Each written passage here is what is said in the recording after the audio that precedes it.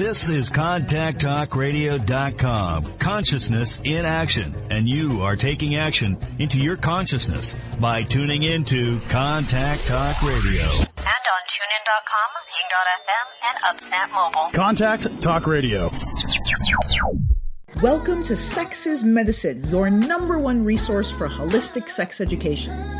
I'm Devi Ward Erickson, and I invite you to join me every week for another enriching and powerful conversation about the intersection of sexuality, spirituality, pleasure, and personal growth. Each episode of Sex is Medicine is dedicated to awakening your heart and mind to the true purpose and power of human sexuality. Please join me on this journey of self-discovery as we explore the art of using pleasure as medicine to awaken, heal, and empower every area of your life. Sex is Medicine broadcasts every Thursday at 7 p.m. Pacific on Contact Talk Radio Network. You can listen to the replay and subscribe to Sex is Medicine on Spotify, Stitcher, TuneIn, iTunes, iHeartRadio, and YouTube. And now get ready for another episode of Sex is Medicine. Hey everybody, welcome to Sex is Medicine. I am your host, Devi Ward Erickson, and I am delighted to be here with you for yet another wonderful episode of the AASECT award-winning live web series. Here you are listening to Sex is Medicine. And we're lucky enough that this show is also uploaded as a podcast to Spotify, iTunes, TuneIn, all your major podcasting platforms. And of course, you can always stay connected with me and the team at AuthenticTantra.com and sign up to have these episodes delivered hot and fresh to your inbox every Saturday morning. It's a pretty awesome thing to listen to as you're sipping your coffee and enjoying your leisurely Saturday or Sunday morning. My guest today is a sister. She is one of my graduates from the Institute of Authentic Tantra Education and a powerful sexual shaman, a powerful tantric dakini, and my Vajra sister. Her name is Sunshine Ryan, and you've heard her on this show before. Sunshine graced us with Birthing Bliss, a show about healing after miscarriage. And you specialize in birthing. Is that correct? You. Yeah. You've been a doula. Is that correct? For years and years?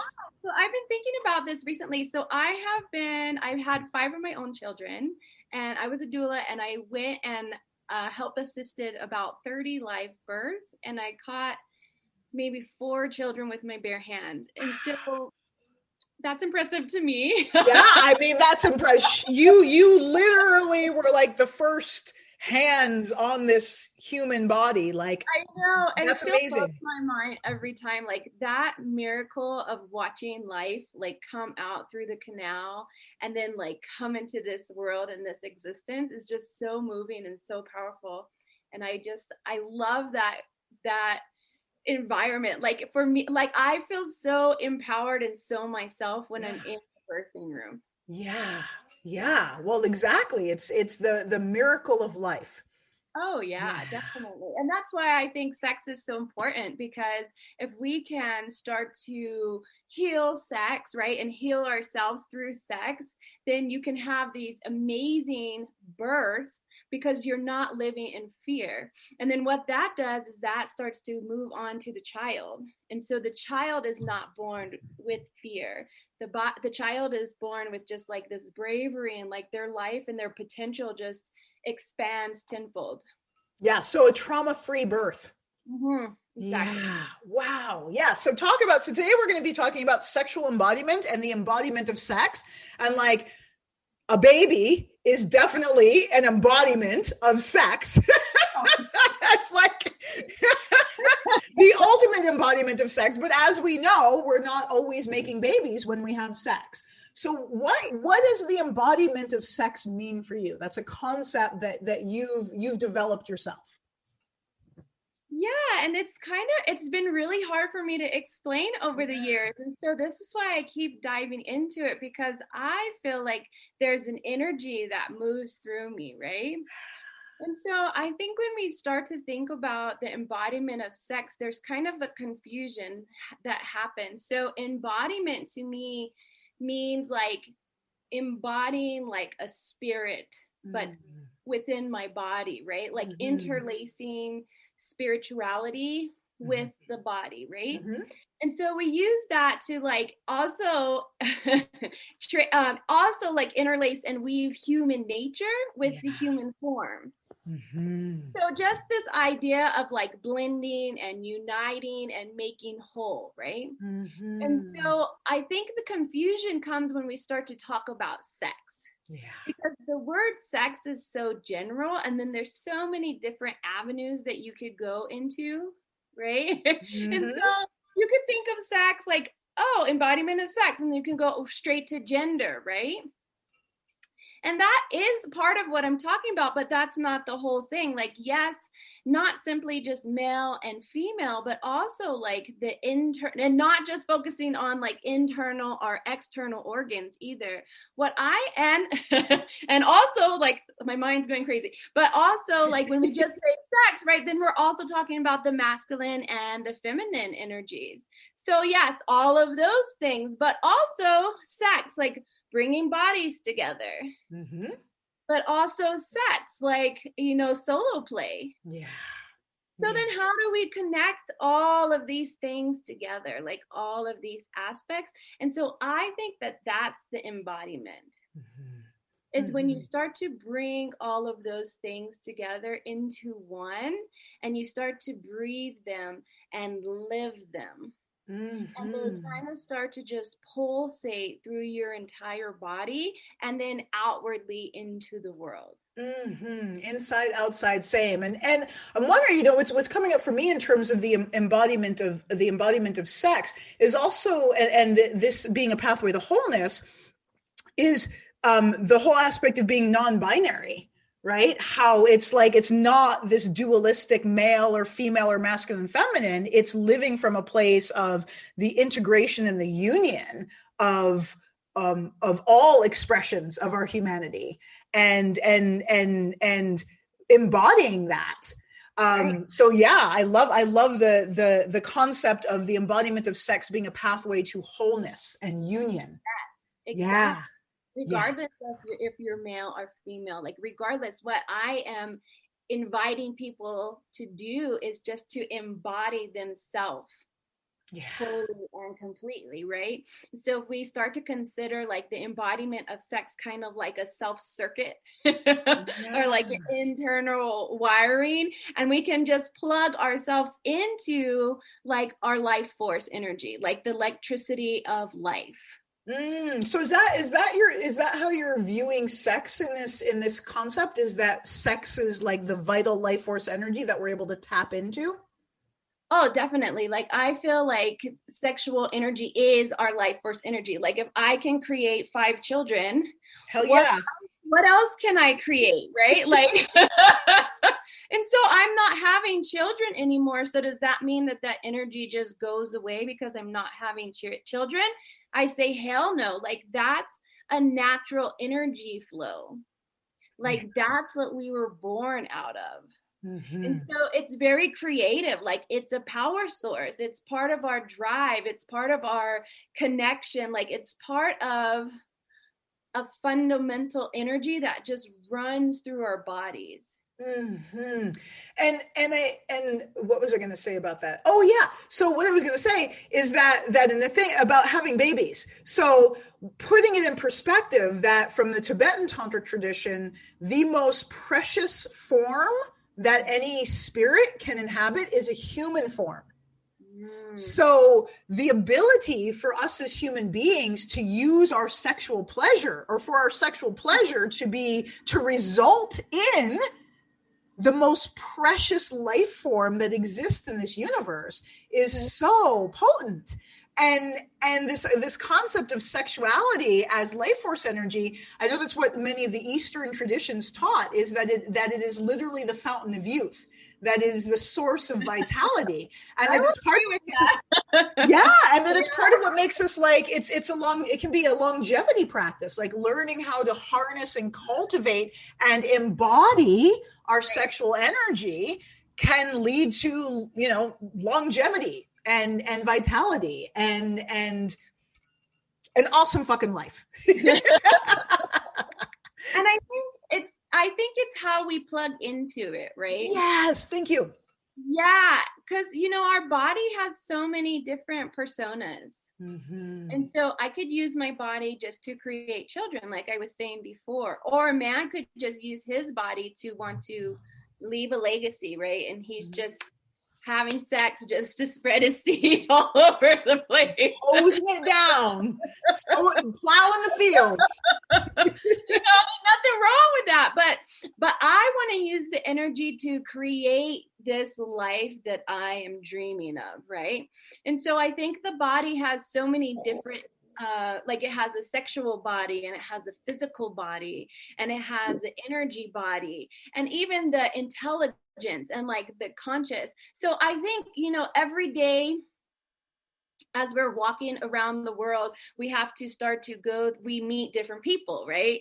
We meet different energies. We are picking up different signals. We are touching different materials. We're feeling emotions. We're feeling sensations. And so what we're doing is we're combining all of these things together to form concepts of ourselves, and then outside, and then also the outer world, right? So sometimes I like to think of the body as like a giant receptor, and we're like putting out our own signal, but we're also receiving corresponding signals. Yeah, I love that. And with that concept, so we're transmitting, we're projecting. And as we know, projection can lead to a lot of fucked up shit. Damn. But part of what we're projecting is based on what we're receiving, right? What we're perceiving from the environment. Yeah. Yeah. So it sounds like the embodiment of sex is maybe a way of purifying both the way we receive information and both the way we transmit that information. Yeah. And I think the energy can, we can use it to reconstruct. Like if we could use pleasure, sexual pleasure, and mix it with the experience, I feel like we can start to rewrite our body chemistry. Wow. Yes. Yes. And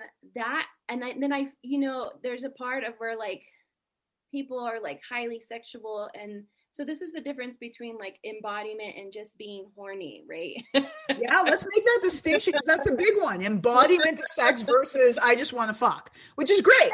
Which is great. I'm not shaming anybody. How about let's fuck with embodiment? But let's make that distinction first. But I feel like people are like, oh, I'm horny all the time. It must mean I'm embodied. However, there can be like, embodiment can get trapped behind our sexual drive. Wow. And so it could be like, you could have your life force like sleeping, it could be dormant, or you could have a life force that is like dominating and like controlling you, and you're not actually present, right? So we want to have the balance between the two. And so what happens is like, if you cut yourself off from your genitals, then it's like you're running on like, maybe you're only running from headspace, or maybe you're only running from like your belly, right? And so like your internal circuit, it may be really strong still, but there's like a short in it, right? Like there may be a glitch every so often. You're like, I don't know what's missing. But on the other end of that, you could be just moving from your genitals, right? Yes. And so then you kind of get maybe like an overload, like the mind is only focused on getting off. Right? So if I can just come, then I can think. If I can just come, I just need to come, and there's like no other thoughts happening in the body. And so I feel like that's kind of where people kind of get lost a little bit. Well, I'm horny all the time, but are you using the energy to circulate and percolate through your body? Or are you just using it to get off? Yeah.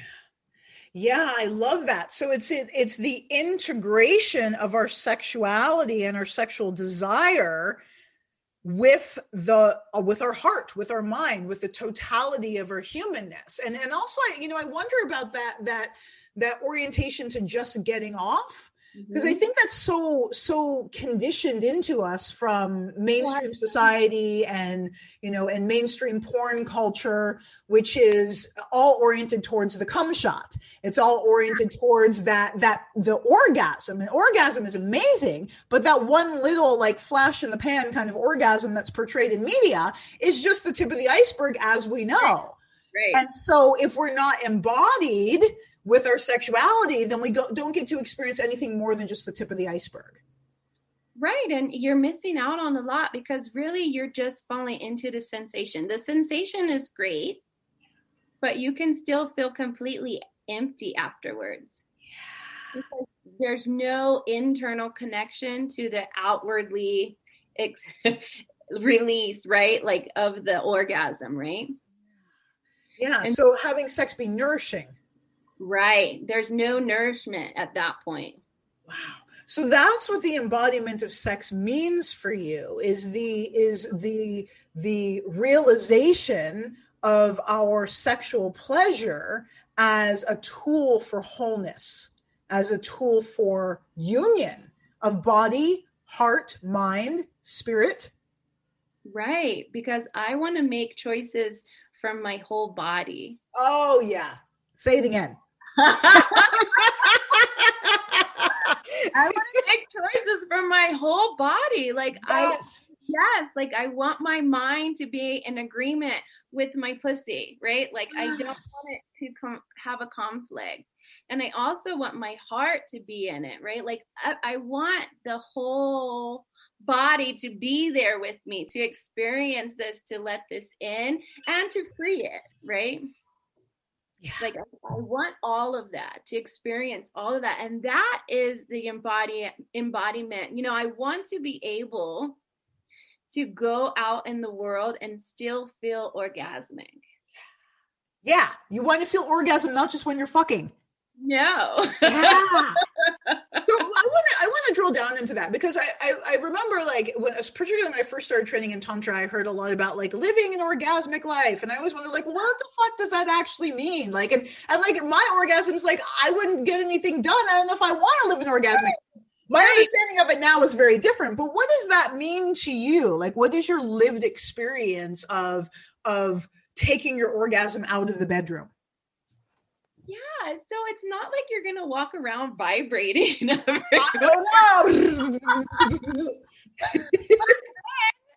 But then at the same time, you kind of are, right? Because you have this pulse, this excitement that is guiding you, right? And so it's our understanding, it's our awareness, it's our expression. Like inside my body, I just feel good and alive, and my body is full of pleasure. So that is what signal I'm sending out in the world. Yep. Right? And that is the same signal that I want to receive back inside my body. Wow. And we can't do that if we're not embodied. Right. If we can't feel our body. Right. Wow. I love that. So we didn't start out this way. I mean, ultimately, yes, we did. Like on an ultimate level, yes, we did. But on a relative, kind of like as we go through life, we shit gets in the way.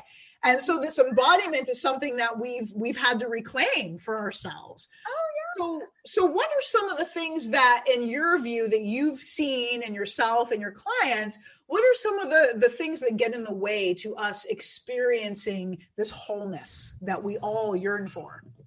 Yeah, definitely. So there's a couple things that can be happening, right? So you can feel like objectified in your body. And so you're coming from this place of like, you feel like you're a victim, or you feel like you're constantly being attacked, or you feel like you can't embrace your sexuality because someone's trying to take it from you, or even just your idea of being like an object. Mm-hmm. I'm a sex object, or how is the desire of sex coming into my life? I kind of feel like this is a big thing that kind of starts to steer people the wrong way. Mm-hmm. Yeah. And then just our experience and our emotion of just the sensations that we may have felt before during sex. And so if there's trauma in there, then maybe we're not going to be able to connect to our sex anymore because maybe we feel shame about it. Maybe we don't like it. Maybe we had such a traumatic experience that we have cut our genitals off because we don't want to experience that again. Yeah. Well, I know that's a big issue with religious conditioning. Mm-hmm. So, apologies, anyone out there who's deeply steeped in religious conditioning, no offense meant, but very often many spiritual traditions, or I'll say religious traditions, do teach aversion to the genitals, do teach that there's a separation between God and sex. Right. So how do people rectify that division of like, well, God's over here and sex is over here, and they're two totally separate things. So that concept in and of itself creates a separation in the psyche that will prevent us from wanting to incorporate our genitals into our life. Yeah, definitely. And that's unfortunate. I once had a client and he was 70, and I remember him just saying nobody ever said it was okay for him to masturbate. And he said I was the first one to give him permission. And he was just like in awe, like he had never heard that. And it was really interesting because you could tell that he had a lot of sexual dysfunction. Yeah. And the thoughts, like we were saying before, like it's just overactive. Mm-hmm. Like I just want to get off. But if someone just told him it's okay to get yourself off, like he probably would have not have had so many life problems. Yeah. Well, I mean, again, like I very often compare this to the sexual disorder that this society creates in many of us who live in this society is very similar to me to an eating disorder. And again, no offense to people, I've made this comparison before and not everyone likes it, but in the Eastern traditions, sex is considered a form of nourishment, right? And so to have like this weird relationship with sex that we have in North American culture is kind of insane when you just consider sex as a form of food, essentially. It's a form of nourishment for the physical body and the energy body. And so, if we're using that analogy of food, like if I feel guilty every time I eat, or, I'm taught from the time I'm a child, I'm not allowed to put food in my mouth. I'm not allowed to touch my mouth when I eat. Right. That's going to fuck me up. Oh, yeah. Oh, yeah. And it is unfortunate that this is how our society is. Even my son came home recently and he's in health class. And he said, when do they teach us about sex? And I said, they probably won't. And he goes, what do you mean? And so a couple weeks went by and he's like, oh, well, they they taught us about sex. And I go, really? He goes, yeah, they showed two people dancing. Well, I mean, that's an interesting, that sometimes dancing can lead to sex and sometimes sex is a dance. So yes, but I was like, okay. And I said, just take my class. Yeah, you have to. Yeah, definitely. But I found that very interesting, just how the abstinence is just like, don't do it at all. Like instead of just educating people on how to just go, okay, we all have sex. And make healthy choices about it. But it's kind of like, to tell teenagers, don't do this. Right. What's the first thing they're going to fucking do then? They're going to do it. Don't do this. Okay. Well, that must be, it's kind of like my puppy, it's like he picks something up and he watches to see. And if we're like, put it down, he's like, oh no, you want it now. Now you're going to chase me. Yeah, something disturbing that I heard the other day in my psychology class was that 1 in 5 teenagers have HIV. 1 in 5, like nationwide? 5, yeah. And I was like, that's insane. That number should not be that high. But I was just, if there's no education in the schools about safety, about communication, about respecting yourself, about value, about worth, about all of these things that we could be teaching our teenagers, and that number wouldn't be so high. I was very surprised by that. Wow. I'm flabbergasted. 1 in 5 teenagers has HIV. They've got to live with that illness lifelong. Yeah. Wow. And all because people are like, no, don't talk about condoms because that'll make people use them. Yes, exactly. That'll encourage using condoms. Yay! Yeah, definitely. Yeah. Wow. So basically our society fucks us up and gets in the way of our human right to embodiment and wholeness and integration. So once we've identified our blocks, how do we counteract that? What do we do? If I'm like, oh, I'm not, I'm disconnected, I'm disassociated, I'm not fully integrated, I'm not fully embodied. How do I go about creating and cultivating that experience of embodiment?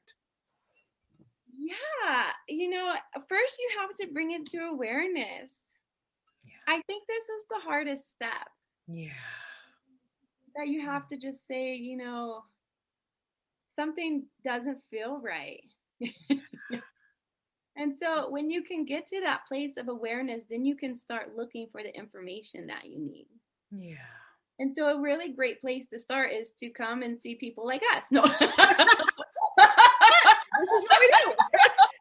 We know where you're coming from because we've been there too. We know how to get to the other side. And yeah, we can show you the way.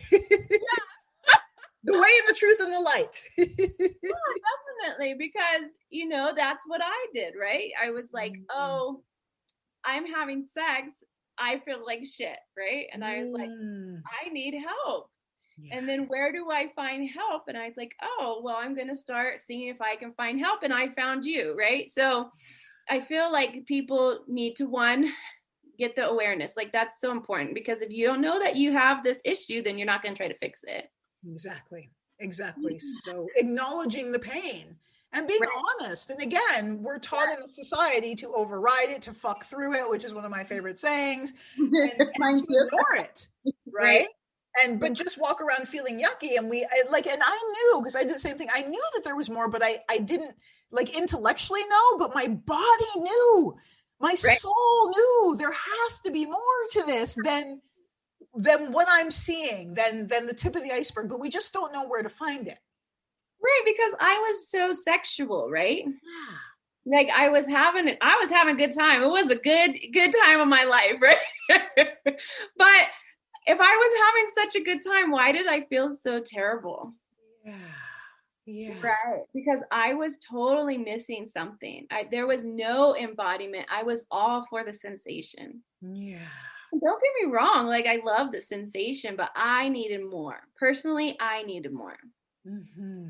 And so I think finding what works for you, because one, I couldn't jump right into your program because it's a little expensive. Right? We're training professionals, right? So it's like not everyone wants to be a teacher. Some people want to just have a better life, right? Yeah. And so I think for people to start out with, maybe at one class here or one class there and see if that's really what they're needing. Mm-hmm. And trying these other routes first, like go see your therapist, like see if that helps, like all of these things. And then we offer a virtual retreat for people that's very inexpensive, and it's like a whole weekend, and that's called Gourmet Sex, Taste of Tantra. And that's a good way for people to just kind of go, oh, is this for me? Before they really make like a larger investment. Yeah. And so that's coming up soon, and we're going to talk about that in just a few minutes. So Gourmet Sex, A Taste of Tantra. What is the URL for that? sunshineryan.com/gourmet sex. Okay, great. So if you guys want to check that out right now, but we will circle back to that. But one of the things that, when we talk about sexual exploration, there's so many different things out there. There's like kink and BDSM and the just major sex coaching and pole dancing and like all this. It's like a carnival, and that's amazing. So, but what makes Tantra different than just regular sex coaching? What is it about Tantra that's different than just like, oh, I'm going to have some sex education? Yeah, that's a great question. So talking about the embodiment piece, like Tantra is embodiment to me, plain and simple. And so what Tantra is going to do is it's going to start to circulate on a cellular level through your body. And it's going to start to break up internal like knots or little blockages within your energy body. And so a sex coach is not going to do that. They're going to coach you on sex. It's kind of the difference between people. Like I can always teach people like how to do things. Like, oh, I can teach you how to give oral, or I can teach you how to ride. Like that's more of a sex coach to me, but that's not what I'm teaching.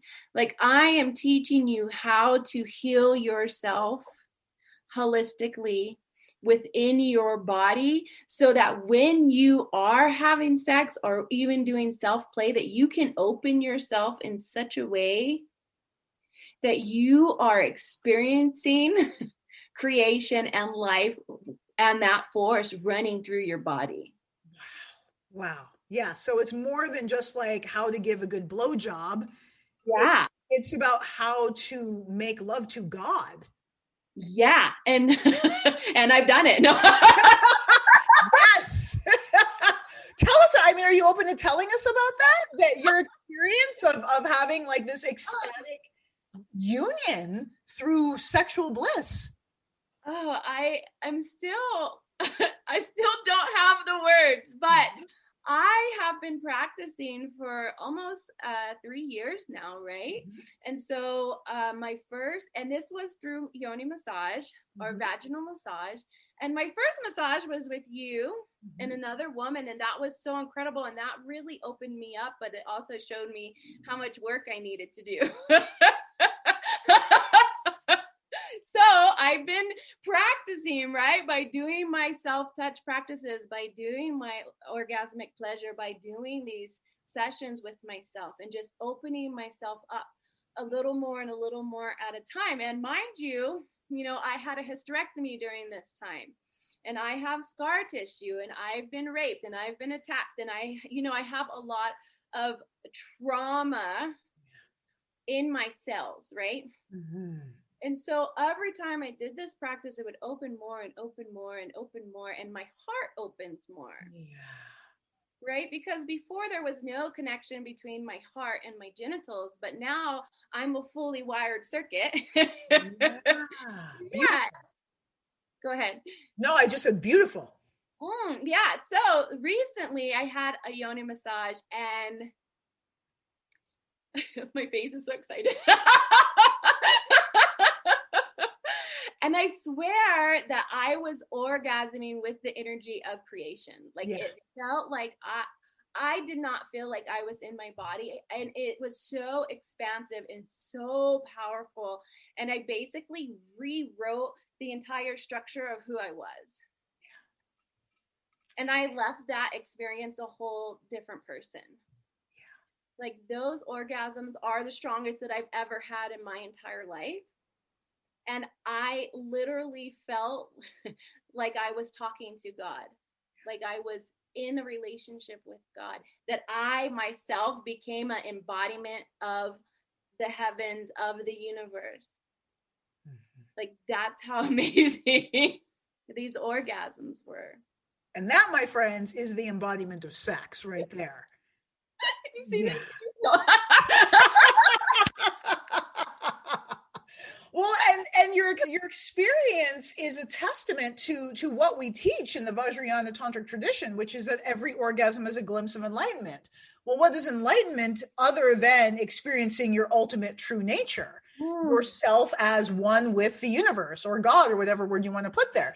And that sexual pleasure resulting in orgasm is one of the quickest, fastest, most accessible ways to experience our ultimate nature. So it sounds like you have this experience of literally resting in bliss consciousness. And it does what happens in the brain. Like you said, you rewrote your story. Absolutely. That enlightened consciousness. That's like, it's like pressing the reset button on your universal. Yeah.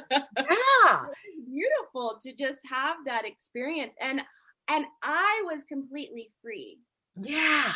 And so that was so important, because you can't have these experiences if you're not willing to open up to it.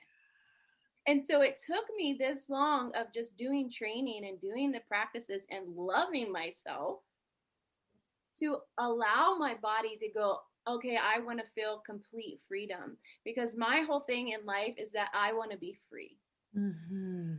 And at that moment of those orgasms rolling through my body and making every circuit just open fully, Mm-hmm. that was freedom. Because at that time, the labels were not here anymore. There was no more sunshine. There was just pure energy pulsing through me. Yeah. And I love the way you set this up, in that it was a process. It was a journey, right? So your initial introduction was like, holy shit, that's amazing. And wow, do I have a lot of work to do? Mm-hmm. But you didn't stop there. Oh, no. You were inspired to move forward, and you continued cultivating your own sexuality, sexual experience, sexual joy, with love. Right? Mm-hmm. Not with like, fuck you, sunshine, you better get in shape, or like, oh, your pussy's broken, like you need better orgasms. But from the standpoint of like loving kindness and compassion for yourself, and kind of like coaxing your body and enhancing its capacity to experience this level of like literal cosmic bliss. Right. And I think that's where the embodiment comes to play, right? Because if I just focused on the sex, I wouldn't have made it to that high of an aspect, that high level of orgasm, right? So I had to accept myself, all of myself, in order to allow that to blossom and to bloom and to have that experience. Yeah. And that's just the beginning, right? See, I'm choking. No. Hell yeah, that's just the beginning. Yeah. Because now I can see that I've put the trauma behind me. Not that I have forgotten, but I've turned the nozzle way down, right? And it can stay there because it's part of my foundation. It's part of what makes me strong. It's part of what makes me who I am, right? So it's cool. It can stay there, but it's not making my decisions anymore. Yeah. Yes. Yeah.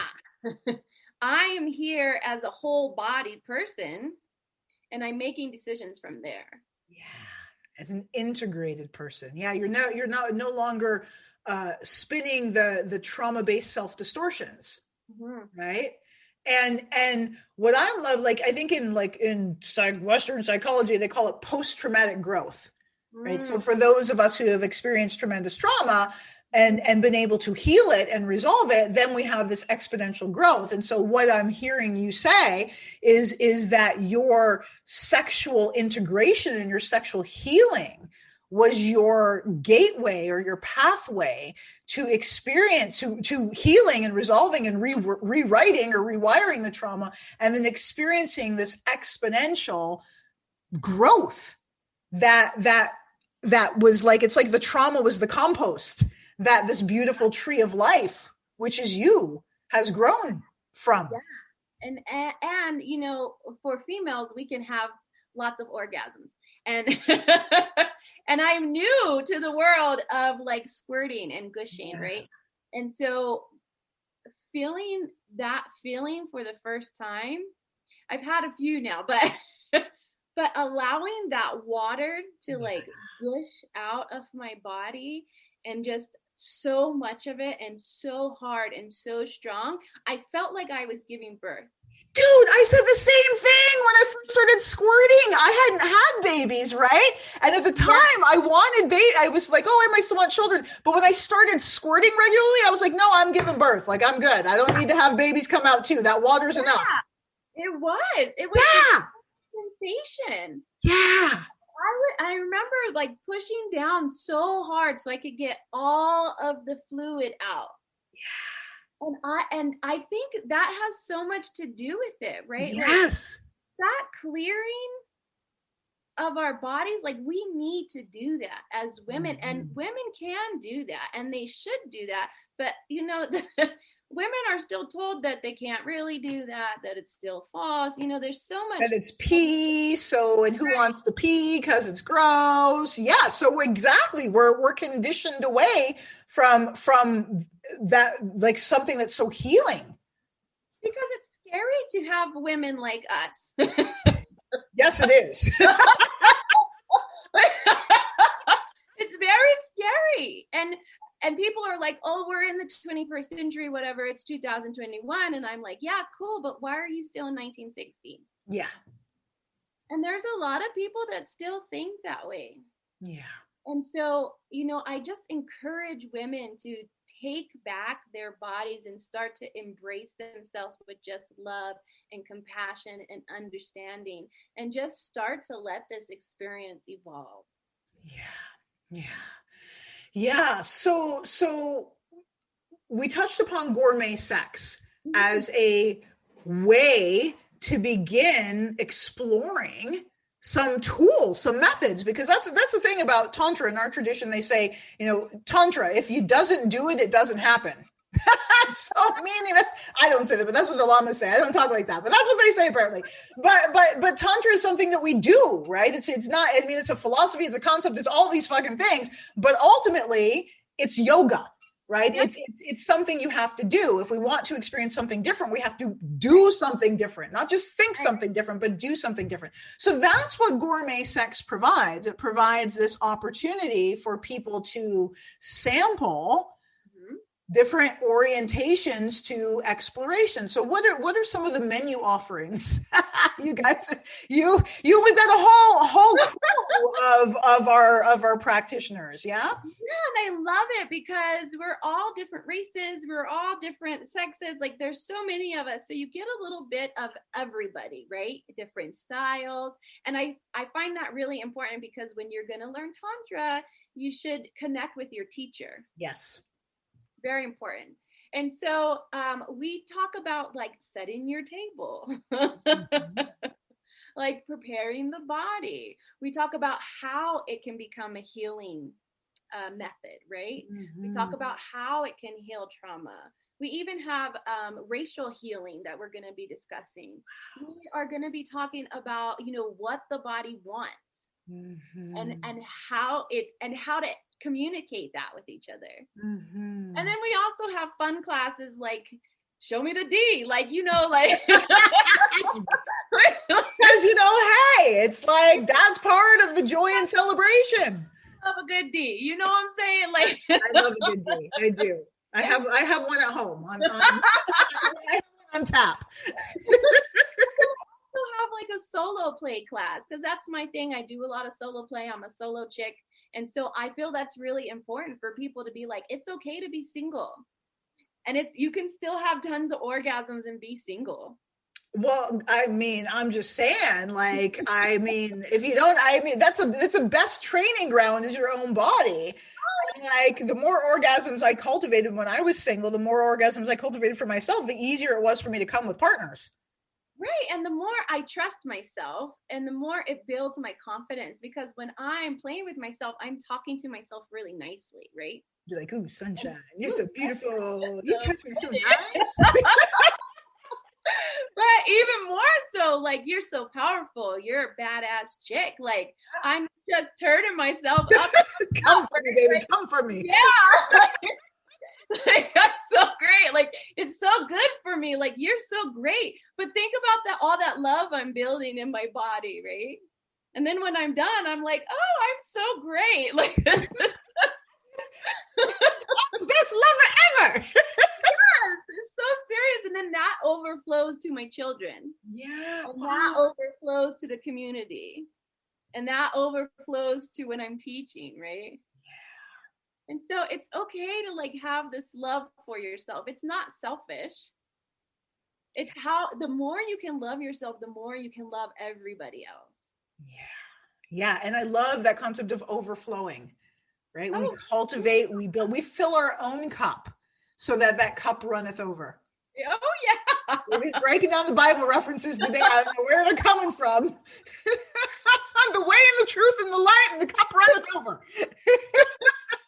Dropping in. But yes, so we offer this gourmet sex menu, and it's a really good place to start for people. It's totally confidential. You come, you have a good time, you explore, you take what you need, take what you don't need. If you want to explore further after that, then you have that option. Yeah, that's beautiful. So, and that's really, so I love the like dip your toe in and get a taste. Too. And then, you know, the understanding that true transformation, like you described so beautifully, takes time. You don't just have one yoni massage, one and done. It's something that we have to cultivate and work with. And I think that's a mistake that, or an error that some people have in terms of Tantra and sex coaching and all of that. Is just like, oh, I learned this one thing and I take this one class and it's done. It's this is transformation. And it's a lifelong path. And so just like, you know, if I go to the gym and I work out once, I'm not going to get awesome biceps. But if I'm going consistently and I'm consistent and regular with my practice, I'm going to see structural changes. Oh, definitely. And you know, you're going to have a fallback at some point. And so it's nice to keep having instruction and like keep learning and letting it grow, because what it's doing is it's increasing your awareness and it's increasing your embodiment. So you have to make shifts along the way. Yes. Yeah. So sometimes you're like, this is nuts. I'm so excited. And then you find something. You're like, oh shit, I need to fix that. Yeah. And that's part of the process, right? Yeah. Because now you've freed up enough space in your body to deal with it. Oh, I love that. Freed up enough space in your body to deal with that. That's huge. Yeah, because you don't want to be stagnant within your own body, right? Yeah. And I feel like Tantra is just like this wonderful flow of just energy that constantly is like cleaning out, cleaning the waters, cleaning the rivers, like just helping it so life can move through you. Yeah. And sometimes there's some stuff that gets in the way, but it'll clean it out. if you keep the water pressure on it, blast it out of the channels. Yeah, and then that's why it's also really good to have a coach and not just kind of follow it on the internet. Mm-hmm. Because a coach can guide you through those channels, right? Yeah. Through the blocks, where like if you're just reading the book, the information's there, but you might need some help with the processing. You need help with the embodiment of it. Mm-hmm. Yeah, and that's the support that a trained guide can provide. Is we are the embodiments. We've done the thing. We've gone from, you know, shut down, traumatized, whatever, to talking to God. So we've walked the path. And gotten so it's literally, it's like it's having a model, an embodiment, and that's literally the way we as human beings learn. Is we learn by watching, we learn by seeing other human beings do the thing, and then those mirror neurons pick it up, and then we imitate it, we mirror it, we reflect it. Exactly. Yeah.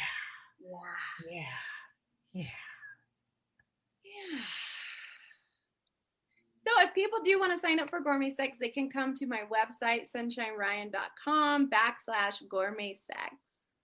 Beautiful, beautiful. And so what is on the other side of, you know, so we're going to dip our toes in, we're going to learn some tools and some methods. What are the things that you've seen in yourself and your students when people, you know, commit to taking on this exploration and this cultivation of embodiment with their sexuality? What are the results that you've seen in people's lives?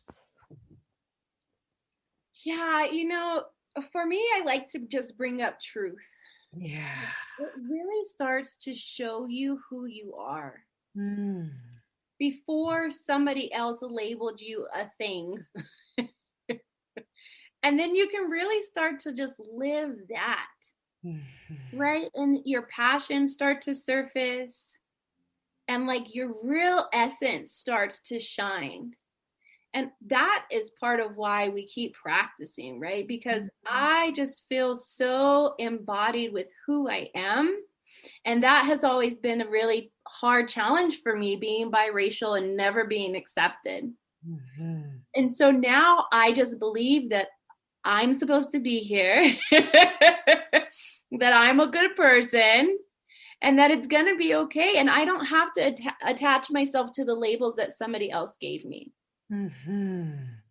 Yeah, because I mean, we kind of can't win when it comes to the whole biracial thing. I grew up my whole life being told that I was black because I grew up around white people, and then black people are like, "No, you're not black," and I'm like, "Then what do I get to be?" Yeah. And so with this, I get to be me. Yeah, exactly. With Tantra, with the embodiment of my sexuality, I get to be 100% who I want to be. Yeah. Without the outside world defining and limiting our capacity for self-awareness. Yeah. Definitely. Yeah. Yay. Well, beautiful. So the glory awaits us on the other side as we embark on this journey of sexual embodiment through the path of Tantra. Sexual Tantra specifically. And are you going to have non-sexual Tantra that you guys are sharing? That's an excellent question. I'm not sure. We do get into some like yoga practices and some movement practices. So yes, we do have some non-sexual practices that you can always put in your pocket. Beautiful. I love that. I love the having the palette of having sexual tantra and non-sexual tantra, because it makes it so versatile as a modality. We even have like a size class, like a body positivity class. Oh, awesome. So we have just a little bit of everything. Like I said, it's a menu. We want you to taste and nibble. So Sunshine Ryan / / one of those slashes. Yeah. SunshineRyan.com / Gourmet Sex. Okay. And I'm guessing if you just go to sunshineryan.com, people will be able to navigate there. Yeah. Up right there. Sunshine Ryan Tantra. Bam. Go there now. Well, it is so awesome to spend this time with you, Sunshine. You are such a wealth of and a treasure of wisdom and knowledge, and such potent embodiment that you bring to these teachings and to the world. So thank you for joining us this evening. And I want to thank all of you guys. I hope you enjoyed this as much as we did. It's always fun. Next show, we'll have a glass of wine. Yeah. It's going to get really naughty then. So y'all tune in for that. And make sure that you subscribe to Sex is Medicine on iTunes, TuneIn, Spotify, YouTube, if you want to see our beautiful faces. If you're just listening to this audio, you definitely need to come see us on YouTube. And make sure I get prettied up for these shows all the time. See, so I actually put my makeup on.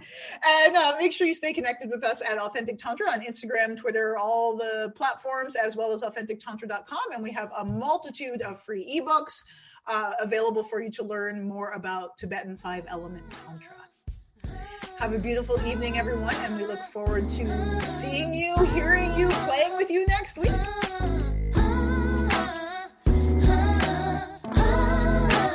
You've been listening to Sex is Medicine with Devi Ward Erickson, your #1 resource for holistic sex education. You can listen to and subscribe to Sex is Medicine on Spotify, Stitcher, TuneIn, iTunes, iHeartRadio, and YouTube. Just search Sex is Medicine with Devi Ward. Stay connected with me and my guests on Instagram, Facebook, and Twitter at Authentic Tantra, and learn how you can use Tantra as medicine to heal, awaken, and empower every area of your life at AuthenticTantra.com. Make sure to tune in to Sex is Medicine every Thursday at 7 p.m. Pacific on Contact Talk Radio Network, and join our watch party every Thursday evening on Facebook at Authentic Tantra. We look forward to you joining us next week for another episode of Sex is Medicine with Devi Ward.